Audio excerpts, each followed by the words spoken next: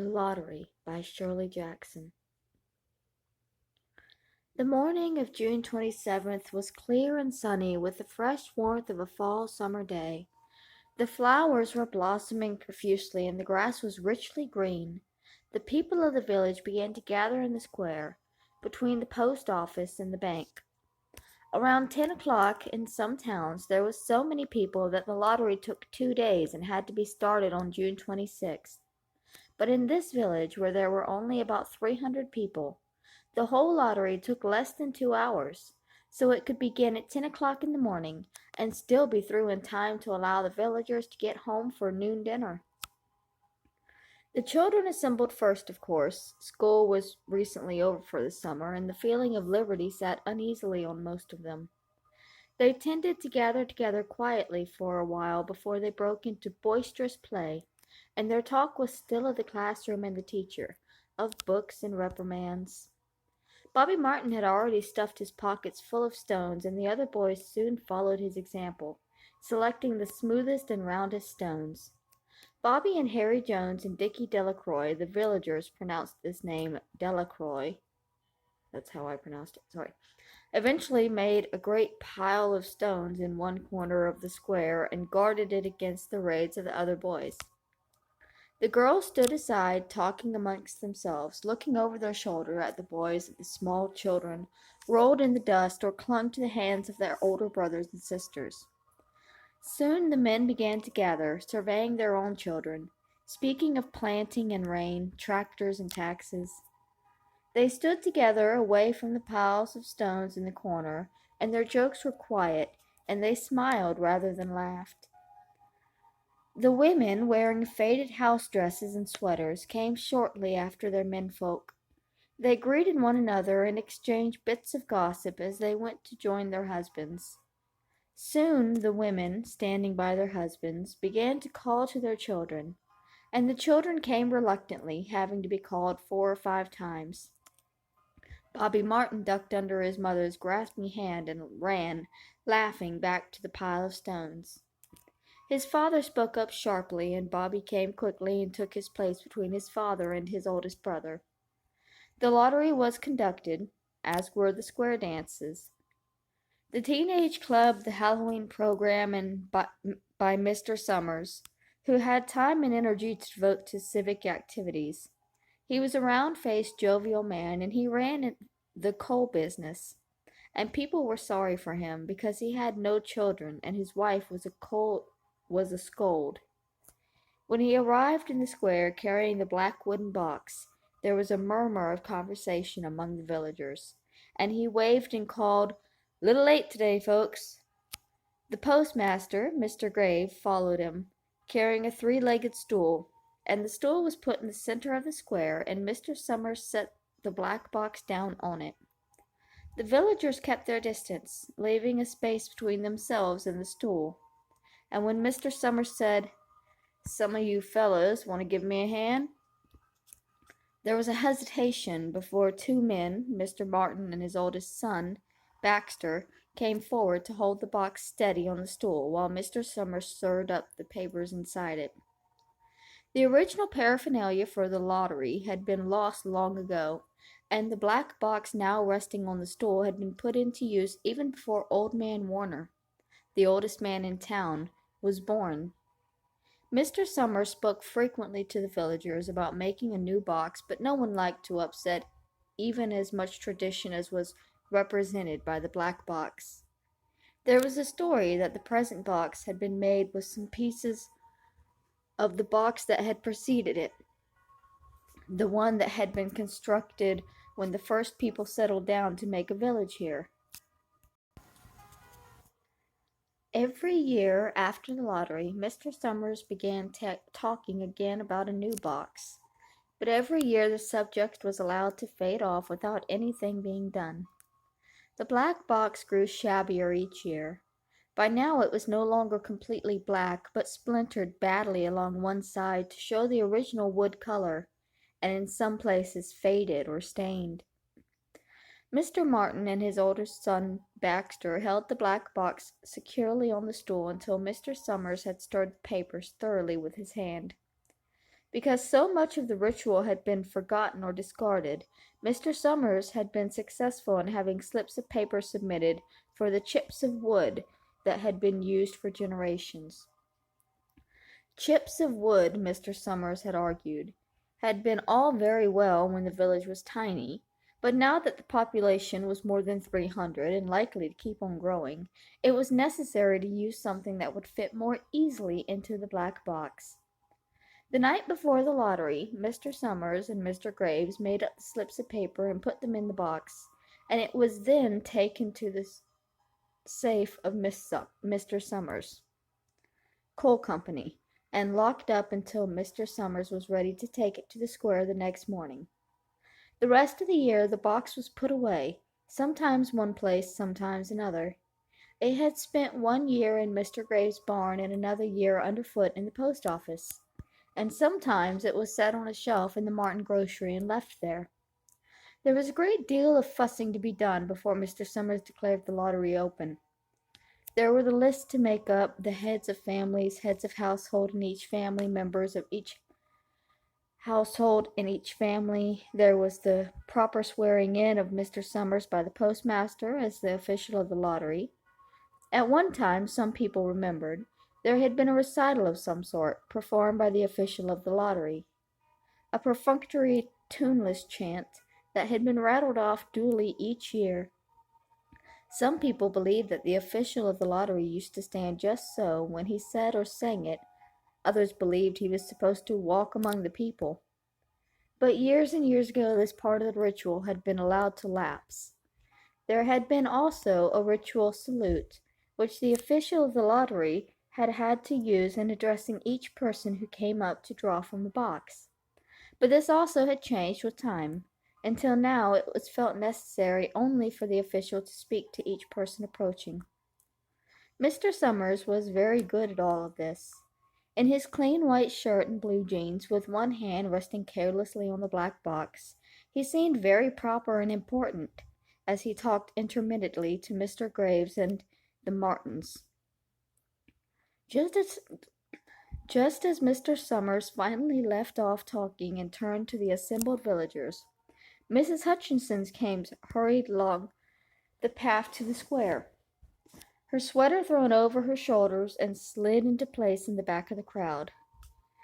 "Clean forgot what day it was," she said to Miss Delacroix, who stood next to her, and they both laughed softly.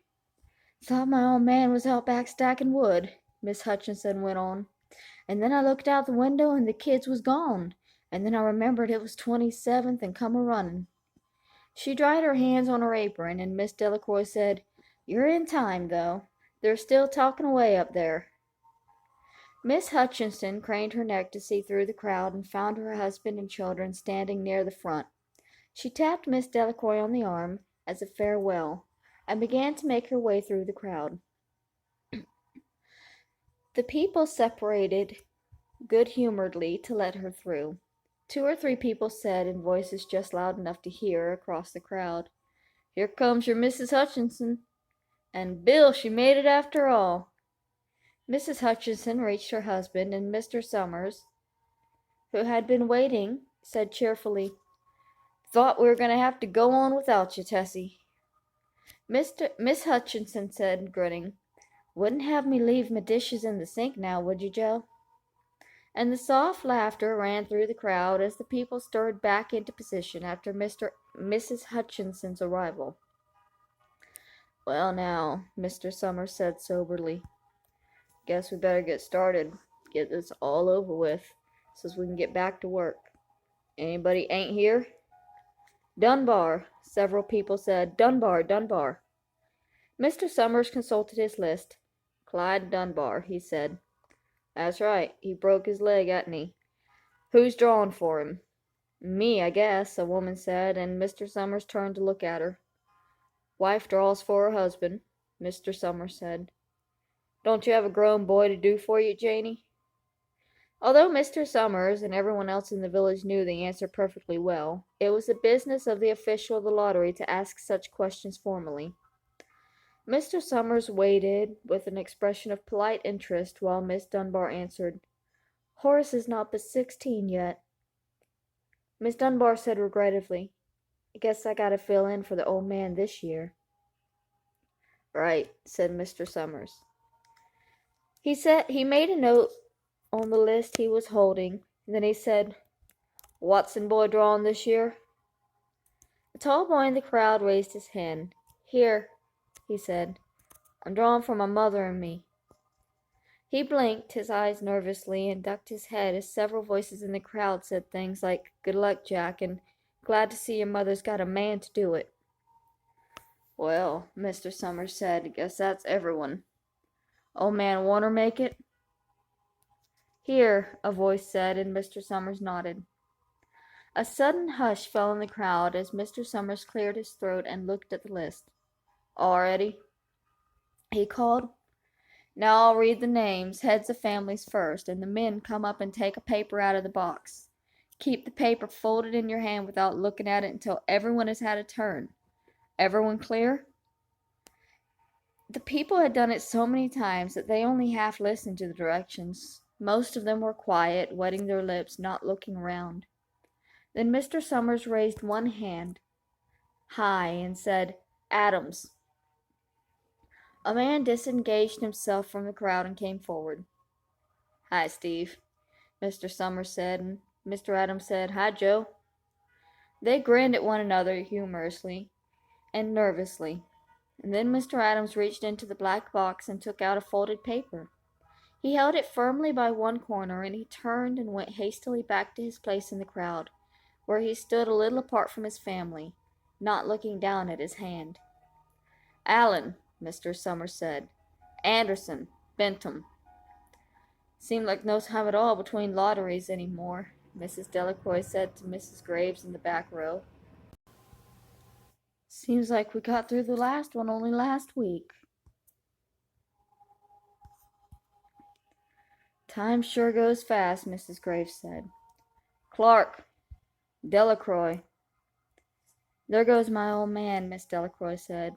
She held her breath when her husband went forward. "Dunbar," Mr. Summers said, and Mrs. Dunbar went steadily to the box, while one of the women said, "Go on, Janey," and another said, "There she goes." "We're next," Mrs. Graves said. She watched while Mr. Graves came around from the side of the box, greeted Mr. Summers gravely, and selected a slip of paper from the box. By now, all through the crowd there were men holding the small folded papers in their large hands, turning them over and over, nervously. Miss Dunbar and her two sons stood together, Miss Dunbar holding the slip of paper. "Harbert. Hutchinson." "Get up there, Bill," Mrs. Hutchinson said, and the people near her laughed. "Jones." "They do say," Mr. Adams said to Old Man Warner, who stood next to him, "that over in the North Village they're talking of giving up the lottery." Old Man Warner snorted. "Pack of crazy fools," he said. "Listening to the young folks, nothing's good enough for 'em. Next thing you know they'll be wanting to go back to living in caves. Nobody wants to work any more. Lived that way for a while. Used to be a saying about lottery in June. Corn be heavy soon. First thing you know we'd all be eating stewed chickenweed and acorns. There's always been a lottery," he added petulantly. "Bad enough to see young Joe Summers up there joking with everybody." "Some places already have quit lotteries," Miss Adams said. "Nothing but trouble in that," Old Man Warner said stoutly. "Pack of young fools." "Martin," and Bobby Martin watched his father go forward. "Overdyke. Percy." "I wish they'd hurry," Miss Dunbar said to her older son. "I wish they'd hurry." "They're almost through," her son said. "You get ready to run tell Dad," Miss Dunbar said. Mr. Summers called his own name and then stepped forward precisely and selected a slip from the box. Then he called, "Warner." "77th year I've been in the lottery," Old Man Warner said as he went through the crowd. 77th time. "Watson." The tall boy came awkwardly through the crowd. Someone said, "Don't be nervous, Jack." And Mr. Summers said, "Take your time, son." Zanini. After that, there was a long pause, a breathless pause, until Mr. Summers, holding his slip of paper in the air, said, "All right, fellas." For a minute no one moved, and then all the slips of paper were open. Suddenly all the women began to speak at once. "Who is it? Who's got it? Is it the Dunbars? Is it the Watsons?" Then the voices began to say, "It's Hutchinson. It's Bill. Bill Hutchinson's got it." "Go tell your father," Miss Dunbar said to her older son. People began to look around to see the Hutchinsons. Bill Hutchinson was standing quiet, staring down at the paper in his hand. Suddenly Tessie Hutchinson shouted to Mr. Summers, "You didn't give him time enough to take any paper he wanted. I saw you. It wasn't fair." "Be a good sport, Tessie," Miss Delacroix called, and Mrs. Graves said all of us took the same chance. "Shut up, Tessie," Bill Hutchinson said. "Well, everyone," Mr. Summers said, "that was done pretty fast, and now we've got to be hurrying a little more to get done in time." He consulted his next list. "Bill," he said, "you draw for the Hutchinson family. You got any other households in the Hutchinsons?" "There's Don and Eva," Mrs. Hutchinson yelled. "Make them take their chance." "Daughters draw with their husbands' families, Tessa," Mr. Summers said gently. "You know that as well as anyone else." "But it wasn't fair," Tessie said. "I guess not, Joe," Bill Hutchinson said regrettably. "My daughter draws with her husband's family. That's only fair, and I've got no other family except the kids." "Then, as far as drawing for families is concerned, it's you," Mr. Summers said in explanation. "And as far as drawing for households is concerned, that's you too, right?" "Right," Bill Hutchinson said. "How many kids, Bill?" Mr. Summers asked formally. "Three," Bill Hutchinson said. "There's Bill Jr. and Nancy and little Dave, and Tessie and me." "All right, then," Mr. Summers said. "Harry, you got their tickets back?" Mr. Graves nodded and held up the slips of paper. "Put 'em in the box, then," Mr. Summers directed. "Take Bill's and put it in too." "I think we ought to start over," Miss Hutchinson said as quietly as she could. "I tell you it wasn't fair. You didn't give him time enough to choose. Everybody saw that." Mr. Graves had selected the 5 slips and put them in the box and dropped all the papers but those onto the ground, where the breeze caught them and lifted them off. "Listen, everybody," Mrs. Hutchinson was saying to the people around her. "Ready, Bill?" Mr. Summers asked, and Bill Hutchinson, with one quick glance around to his wife and children, nodded. "Remember," Mr. Summers said, "take the slips and keep them folded until each person has taken one. Harry, you help little Dave." Mr. Graves took the hand of the little boy, who came willingly with him up to the box. "Take the paper out of the box, Davy," Mr. Summers said. Davy put his hand into the box and laughed. "Take just one paper," Mr. Summers said. "Harry, you hold it for him."